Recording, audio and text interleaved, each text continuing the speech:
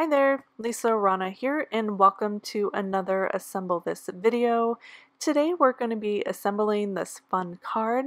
I just like the popped up center element that just creates a little surprise for you to look at. I'm featuring the Aging Gorgeously sentiment kit. It is the July 2020 sentiment kit from Unity Stamp Company. I love all the fun birthday sentiments in this kit, as well as that gorgeous wild poppy. I've started out by stamping that floral image 3 times onto some craft cardstock, 2 on the left and 1 on the top right corner, and then just die cut that down with a stitch rectangle die. And I'm going to be using some Distress Oxide inks. This is the new speckled egg blue. It's really pretty, and I'm just using the re-inker. I don't have any of the ink pads, so I tend to use the re-inker. And I'm just using a makeup sponge to apply that to the A Faithful Letter background stamp. Just doing the corners here and stamping that down directly onto my card front, which is just a standard size card, 4 1/4 by 5 1/2. And I really like the way those scripty words look in the background there. Since I had some ink left over on my block, I added a little bit of water to that, picked it up with a paintbrush, and then just tap that onto my panel here and created some splatters. Splatters are just a great way to pull in the color from the background into the front of the card. Just kind of helps to tie everything together. So I'm just doing a bunch of splatters, some big ones, small ones, just to again pull in that color.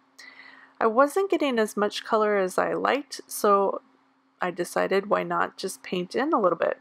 So that's what I'm doing. I'm using that same paintbrush and I'm just adding a bit of color to the flowers. And I don't want to add a lot, so I'm just creating some real faint lines just to add a hint of color. I want to make sure that there's plenty of craft still visible. This just kind of pulls in that color I was looking for to the panels and to those flowers as well. So once that was dry, I die cut that down one more time. And I want the center to pop up. It just creates a nice illusion of this tiered die cut look.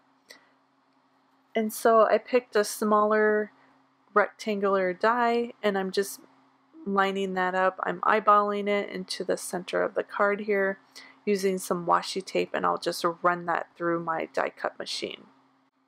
So now we have 2 rectangles out of that one stamped image, and it's just going to create a fun little effect. So I'm lining up that first outer edge of the rectangle. I'm going to glue that directly down onto my card front. I want that one to be flat. And I'm just going to make sure I get that centered. And then my center die cut, I want to pop that up so I get the dimension and the tiered look. But first I'm going to add some string. Couldn't decide, do I like the black or do I like the white? I don't have a lot of black going on in this card, so I thought it was a little bit too harsh, so I ended up going with the white string. And I just wrap that around 3 times, just like that, and then just tied a quick little bow to the side.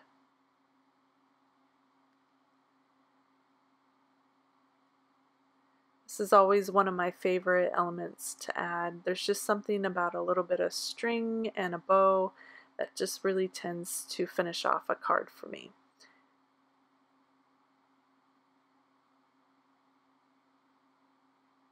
So now that we have our string added, I'm just going to pop that up with some foam adhesive right into the center of that card, taking care to make sure that it does line up perfectly with the stamped images. That way it creates that almost solid look, but with a little bit of pop dimension in the center. Next, I'm just going to trim down my birthday wishes sentiment, just so it's a nice thin banner here. And then I'm going to line that up in the center of my die cut here, just above the string. I thought about popping it up here or there, but in the end I just decided that this was a great location for it. I am going to use my die cut to cut that out. It's going to create the same edges as the stitched rectangular die that I have in the center, so it almost mimics that, like I die cut it all together at once. So I'm going to pop that up right above the string and the bow, and then I'll fiddle with that one more time and then trim off my tails there so they're the perfect length. So here is our finished card with that tiered stamped image look. I just love the dimension that this creates. I use this over and over again. I just love the way that it looks. I hope you'll try it out too. I'll have all the supplies linked in the description of this video if you have any questions or sweet comment posts below. Thanks so much for watching. I hope you enjoyed, and I'll see you next time. Bye.